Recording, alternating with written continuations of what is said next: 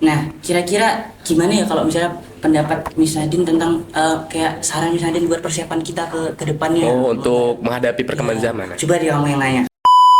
My impression of Ballet Kambang. Yes. I have a really nice impression of Ballet Kambang, really.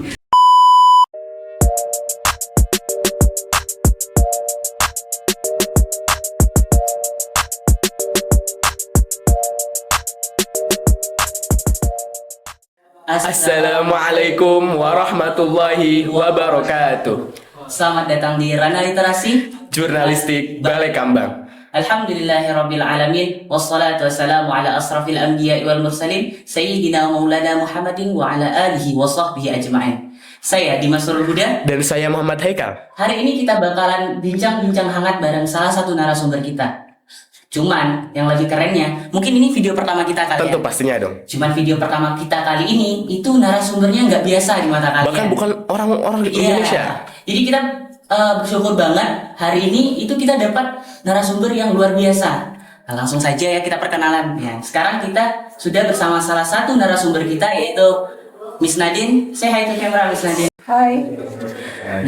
Nah, tentunya Miss Nadine ini tidak akan sendirian dong. Iya, Nah, pastinya. ini beliau akan ditemani oleh salah satu guru bahasa Inggris di Ponpes Balai Kambang, yakni beliau Miss Lia. Say hi to camera, Miss Lia. Nah, Miss Lia ini salah satu guru di pesantren ini, guru yang mengajar bahasa Inggris. Alhamdulillah di kesempatan kali ini beliau berkenan hadir untuk menemani podcast kita hari ini. Alhamdulillah ya. Dan Miss Nadine, beliau adalah muslimah asal dari Prancis. Nah, beliau akan menjadi narasumber pada bincang-bincang kita hari ini. Kita coba aja perkenalan dulu sama Kita sapa coba Ya, kita pakai. sapa. Gak usah Jadi- pakai bahasa Inggris coba Ya, kita. karena pas Miss Nadine pertama datang, aku udah searching di Google Translate. Pokoknya sudah excited Ya. banget lah. Gimana tuh bahasa Prancis buat nyapa-nyapa orang Prancis. Jadi coba kita sapa dulu.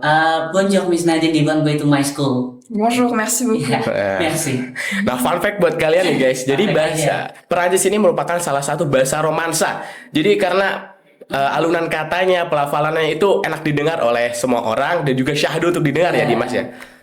Dan juga bahasa Perancis itu jadi bahasa resmi di 29 negara ya Dimas. 29. Iya, Lah yang selebihnya katanya 51 negara itu untuk bahasa sampingan Oh, saja. berarti ada 51 dan 29-nya itu dijadiin bahasa internasional dan bahasa nasional. benar.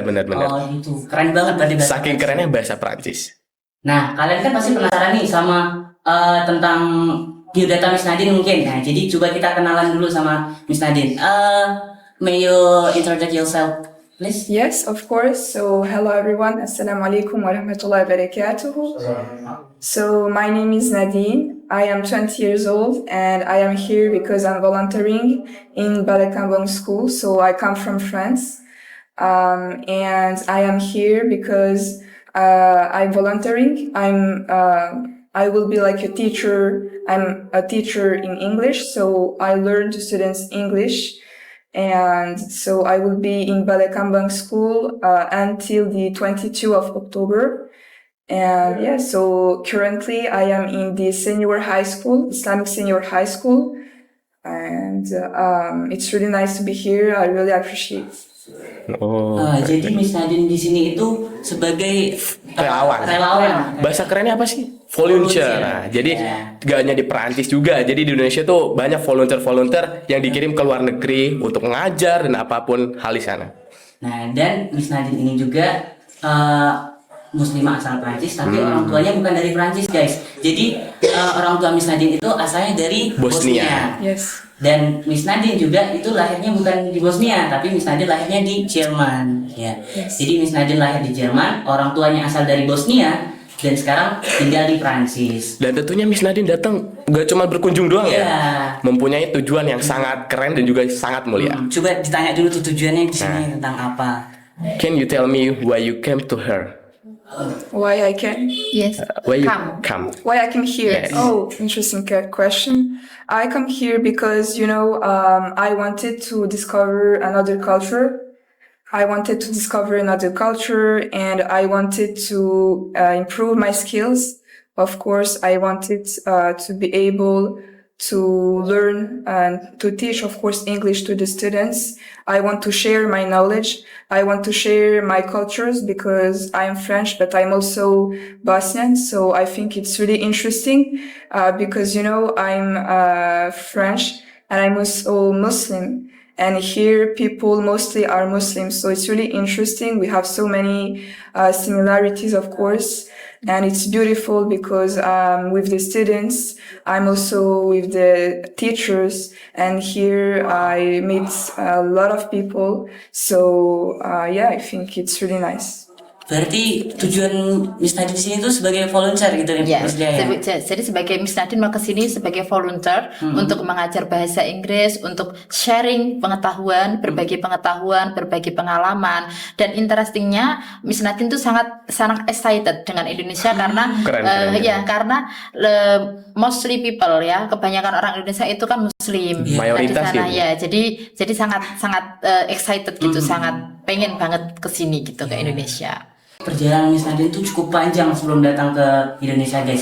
Dan mungkin ini bukan negara pertama sih yang didatangi sama Miss Nadine. Negara pertamanya apa tuh, Dimas? Nah, itu belum tahu. Coba kita tanya aja. How many country have you visit, Miss Nadine? Oh, I have visited many countries. So maybe I will say like 15 countries, but mostly in Europe, and that's the first time that I come in Asia. And that's the first time that I come in Indonesia. So I really appreciate, the Asian culture. So yeah, I have been to many countries. Jadi berarti udah Jadi Miss Nadine udah berkunjung ke beberapa negara seperti Italia, kemudian Turki, Masih di wilayah Eropa ya. Eropa ya. cuman di Asia baru di Indonesia ini apa udah pernah? Iya, baru what country you have visited in Asia? In Asia, In Asia? I only go in Indonesia. Yes. Jadi hanya baru Indonesia. Baru ya. di Indonesia tuh. Soalnya Miss Nadine juga aku pernah dengar Miss Nadine tuh di sini tuh ngerasa kayak welcome banget gitu Nah, sama karena Indonesia. orang-orangnya ramah Iya. sekali. Jadi kayak Indonesia itu terkenal di luar itu terkenal sama sifatnya yang ramah, pemaaf, ya. Jiwa sosial itu sangat tinggi. Media sosialnya juga tinggi. Jadi ya keren lah buat kalian udah jadi orang Indonesia. Next question, Miss. Can you tell us about your journey to Indonesia? My journey Yes. in Indonesia. Okay. My journey here is really amazing. Like, every morning I have to go in schools. Please, sorry, look at this. Okay, the camera, excuse me. So, my journey here in Indonesia, every morning I had to go in schools. So I woke up for Fajr, of course, and I have after to give lesson in English. So I'm here in school until maybe 12 and 30. And after I have my afternoon, I have free afternoon. So I can focus on what I have to share to students. And I have free time, of course. So yeah, I think my journey here is about my volunteer here. It's about giving, the English lessons to students.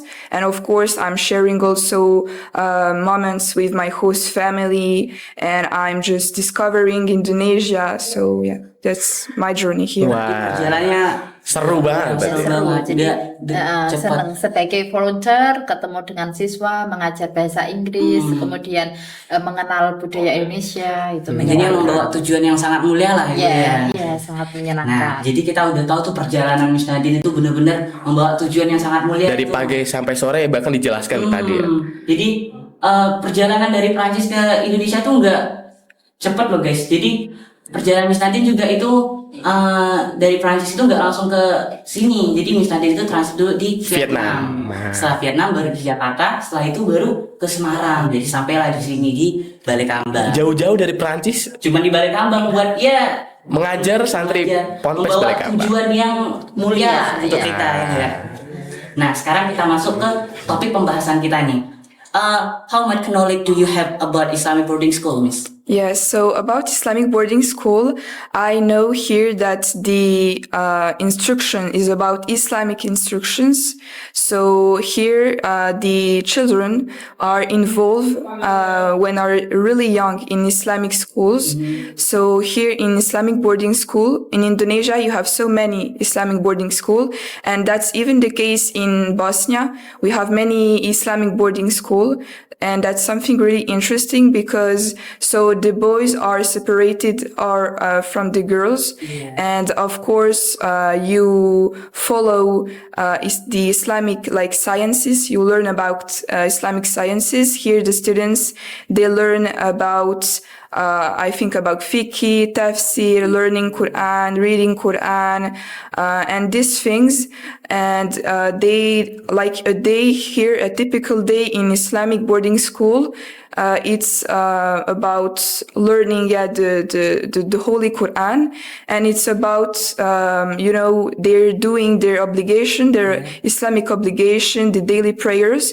So I think that's something really nice. And here, of course, the students, they woke up really earlier. They have really, I will say, a busy day because they're so involved in so many activities.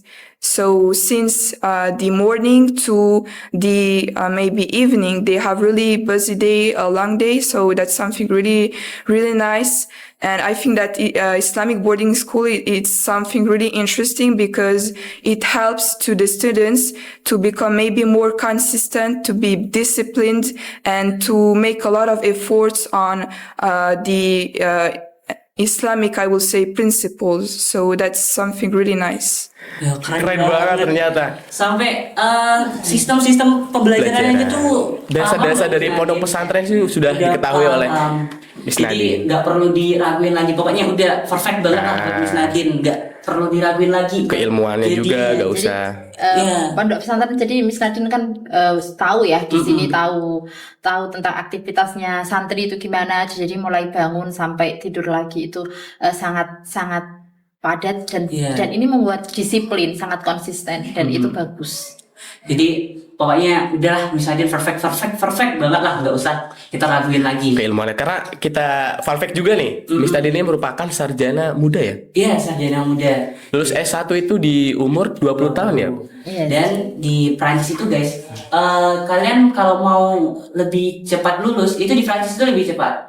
Kalian di Prancis itu selama S1-nya 3 tahun. 3 tahun aja. Ya. Jadi S1-nya itu cuma 3 tahun, setelah itu baru S2-nya itu sama 2 tahun. Nah, jadi buat kalian guys yang ingin cepat-cepat lulus, cepat nikah mah. Jadi kalian sekolah di sana cepat lulus, habis itu cepat nikah. Jadi mertua kalian bilang, ini menantunya Idaman. dari sekolahnya lulusan Prancis malah, terus muda lagi, udah S2 lagi. Jadi kalau misalnya kalian mau lebih cepat lulus, kalian Sekolah ke Prancis di aja. Nah, Next question kita is- langsung ke tentang keadaan Muslim aja di sana itu gimana. Oh, iya benar. Coba kita tanya, how do you Muslim live in France? In France, how Muslim lives? We live, in a secular country. So, what is a secular country is when the government, they don't follow officially any religion. So they don't support officially any religion.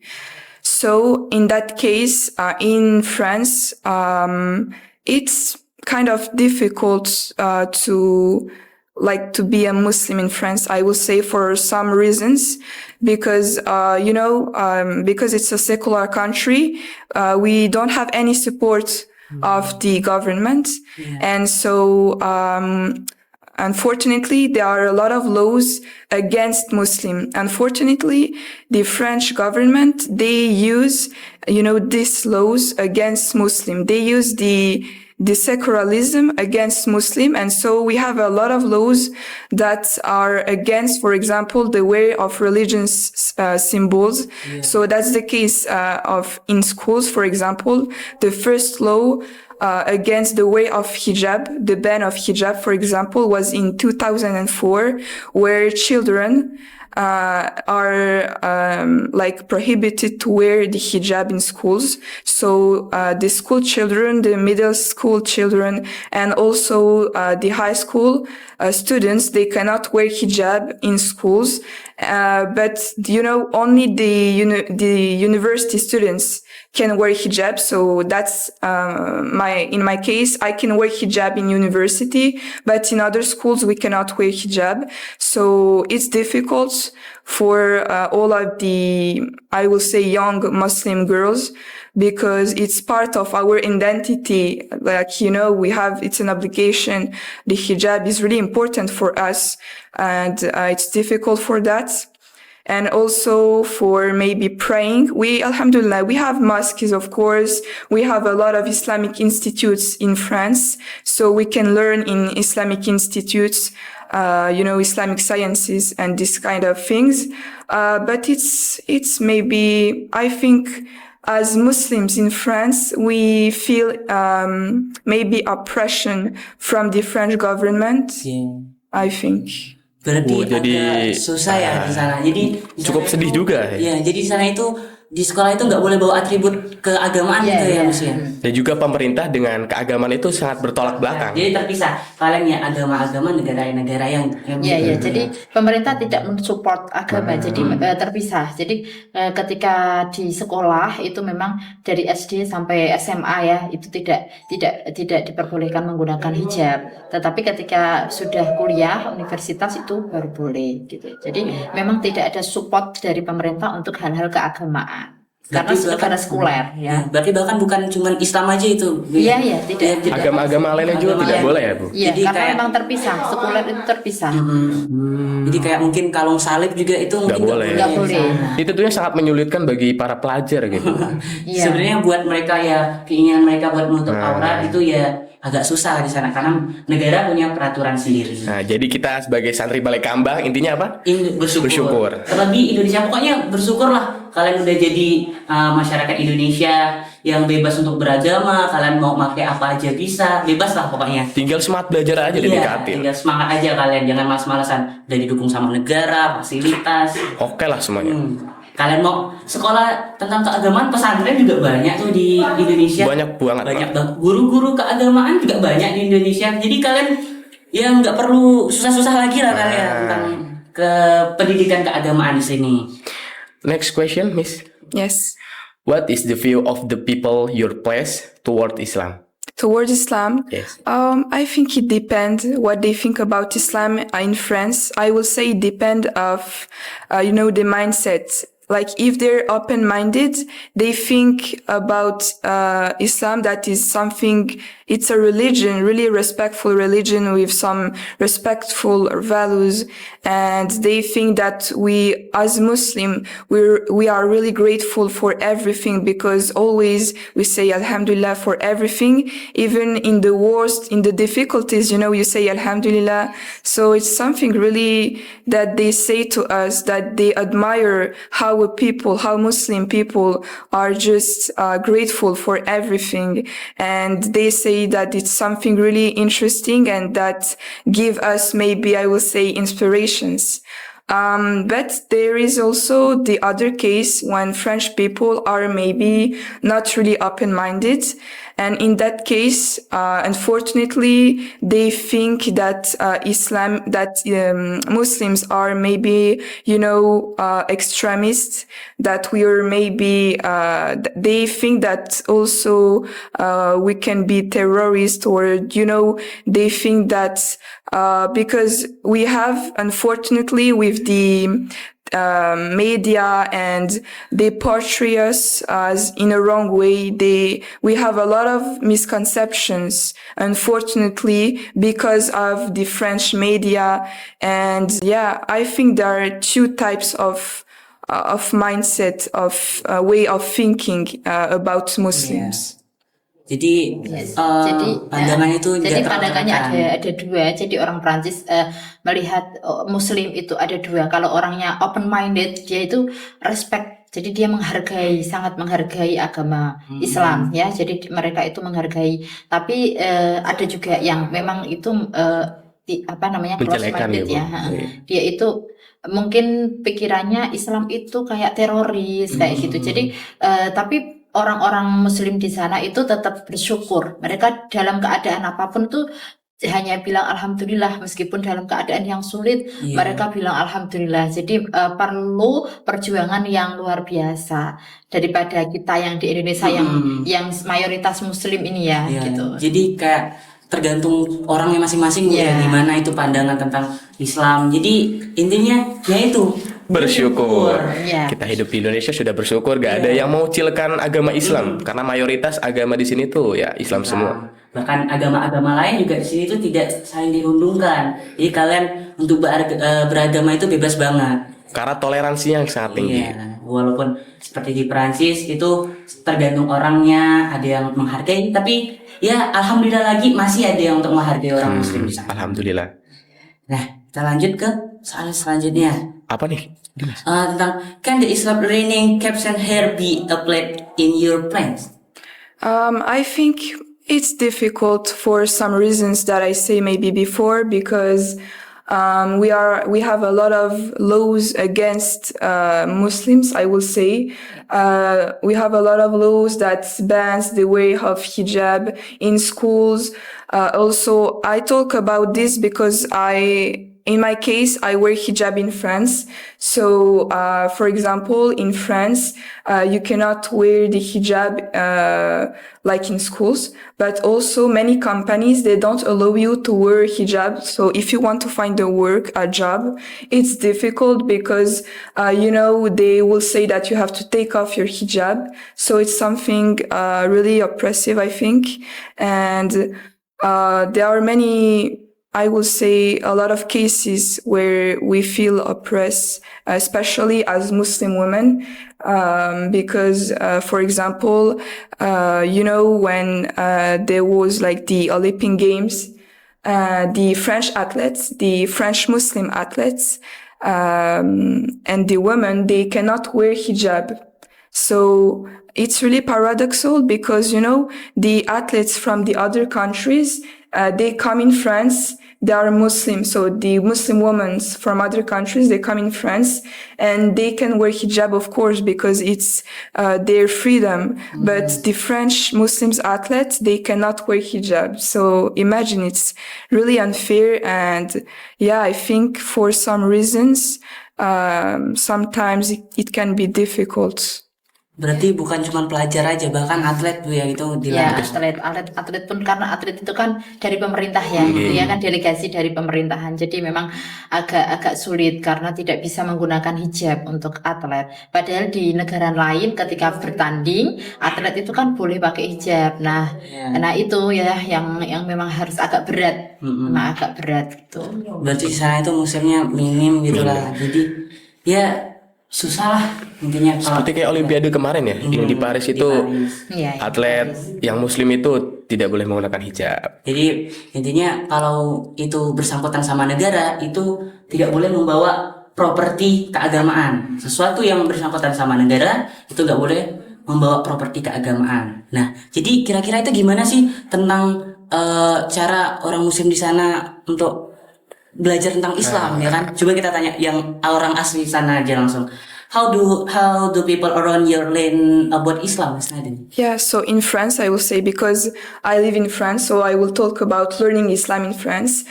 We have a lot of Islamic institutes. We have a lot of Islamic institutes. So we learn in these Islamic institutes. So we can learn face to face. If you have maybe in your city, near to your city, an Islamic institute, you can go and you can learn about Islamic sciences, about just memorizing the Quran or reading the Quran, for example. But in the case, so in my case, I don't have near to my city an Islamic institute. So I have to take lessons online. So it's really good also because, we have we use, Zoom, this platform, when we can just talk with our teacher, and every week we have some sessions when we can learn about Islam in general. So yeah, I think in the mostly case, we learn Islam in Islamic Institute in France.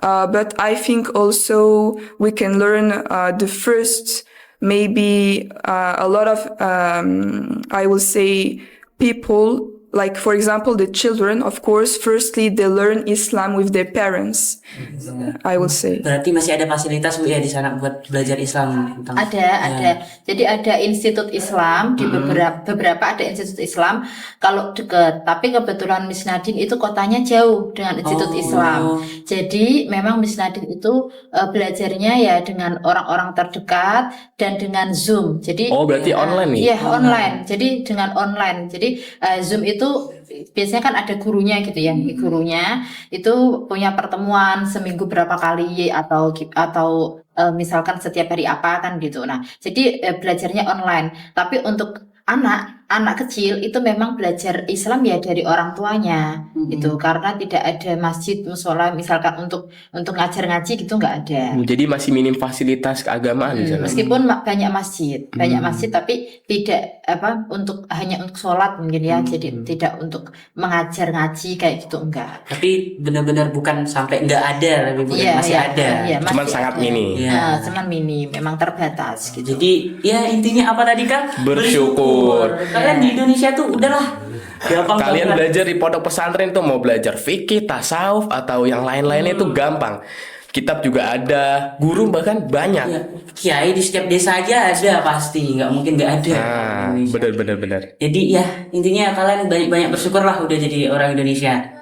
Nah, kira-kira gimana ya kalau misalnya pendapat Miss Nadine tentang kayak saran Miss Nadine buat persiapan kita ke depannya? Untuk menghadapi perkembangan zaman. Coba dia kamu yang nanya. Next question, Miss Nadine. Yes. In your opinion, what step do the Muslim take to adapt to Yes. current development, especially France? Yes, about Islam, you think? Yes.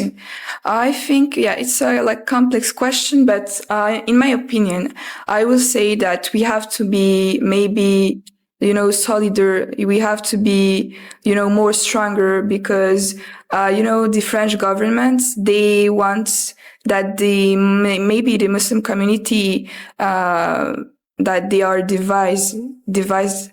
And so we have to be more stronger to support each other, to be one big community, because in France, we are 5 million of Muslims. So, it's something really, I will say, it's a really big community that we have, alhamdulillah, in France. So, yeah, I think we have to be more stronger. Oh, jadi di Perancis itu saling menjaga dan juga menjaga Saling support saling ya. support. Saling Yeah. support. Karena komunitas muslim di sana itu ada 5 juta. Dari total penduduknya 65 juta. Oh, berarti banyak Bu ya. Ya, Lumayan tapi banyak ya, lah. kalau dari jumlah penduduknya 65 juta, seluruhnya 65 juta, muslimnya 5 juta. Berarti tetap minoritas, tapi minoritas. mereka Sudah saling lumayan. support each other. Jadi saling support, kemudian harus lebih berjuangannya lebih ya. Iya. Berjuang lebih, Menguatkan kemudian iman harus ya. lebih kuat. Meskipun misalkan ada tekanan atau apa, memang harus lebih kuat ya. Lebih imannya memang harus lebih kuat gitu. Iya. Dikuatkan lagi, man. Dikuatkan Ya. lagi. Jadi ya Ya mungkin prinsip ini bisa digunakan untuk kita. Jadi kalian juga harus lebih di sini, walaupun di sini itu kalian lebih bebas buat membuat beragama, buat beribadah, tapi kalian tetap ya harus lebih menguatkan iman lah, karena nggak semua orang bisa mendapatkan hal yang seperti ini. Dan juga saling support satu sama Iya, lain. bahkan bukan hanya antar Islam aja, di antar agama-agama lain juga harus kalian saling mensupport. Nah, gimana kalau tentang Balai Kambang nih? Coba Pandangan Miss Nadine ke Iya, Balai Kambang Balai itu Kambang. apa sih ya? What is your impression of Balai Kambang, Miss Nadine? Oh, my impression of Balai Kambang. Yes. I have a really nice impression of Balai Kambang, really. I remember just the first day when I'm come to this really huge school. I was, in the car and I was still far away from the school, and I saw just this big building, and I saw, in letter Balai Kambang. Yeah. So I was really impressed I will say that I was impressed first, but I will say of Ballet Kambang that it's a really nice complex because you have the most important schools here. So from the elementary school to the university, and it allows to the students to have access to education in so many fields, which is something really important for them.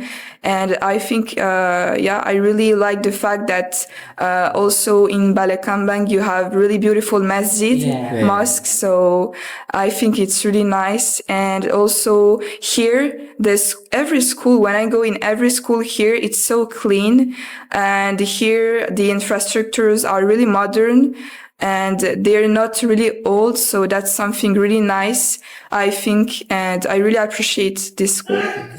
And next question, Miss Nadine, what is your impression of Ballet Kambang students? Yes, so about Ballet Kambang students, I will say that they're so welcoming.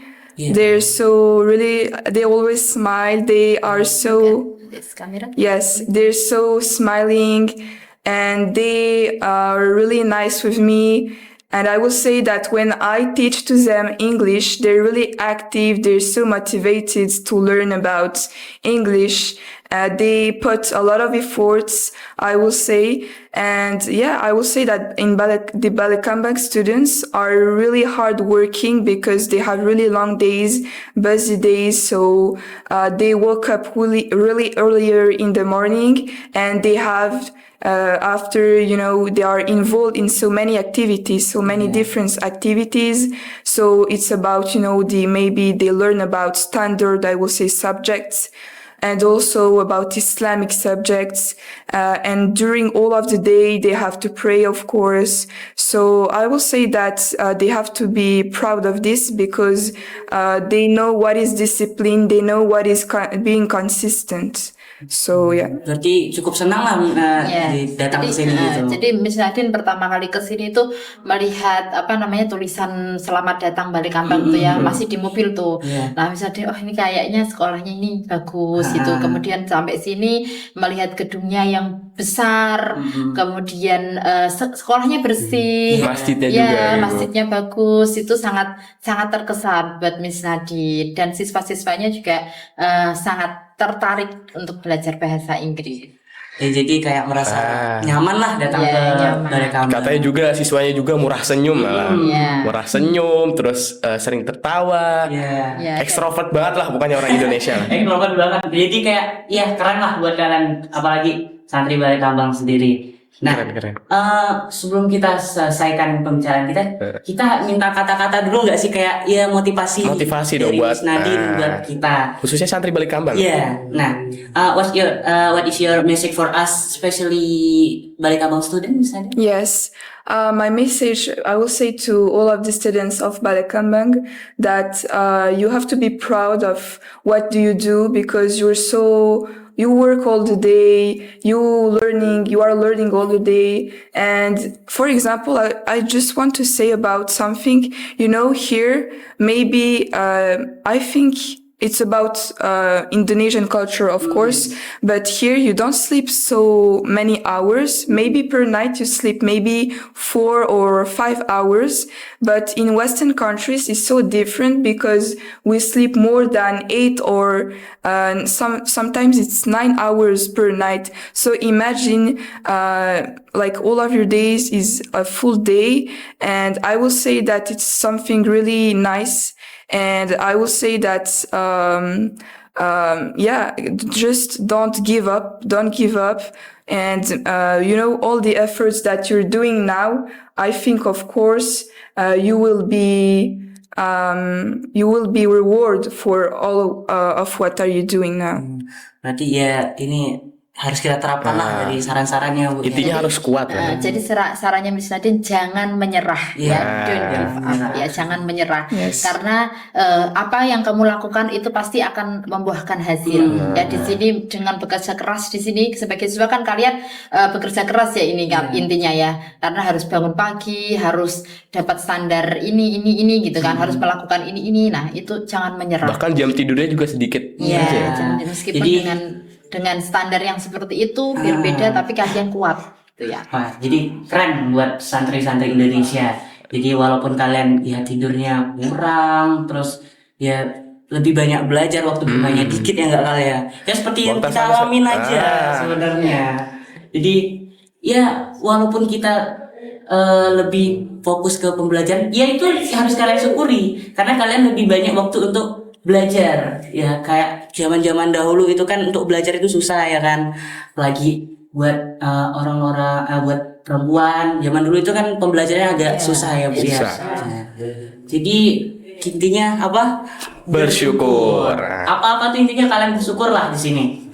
Nah, mungkin sampai di sini aja ya pembicaraan. Sampai kita. sini aja nih. Ya. Gak kerasa sudah berapa menit ya? Ya lumayan lama. Lumayan walaupun lama. Ya rasanya masih pengen ngomong, cuman Pengen ya. ngobrol lagi Iya. ya. Cuman Miss Nadine juga kan bakalan mengajar kelas yang lain juga. Masih Nah, ada waktu-waktu yang lain. FYI aja, Miss Nadine itu mengajar di Balai Kama itu di semua instansi gitu, Bu? Ya, semua. Mulai dari MI ya, Iya, mulai MI. dari elementary school. Iya, SMK, MA.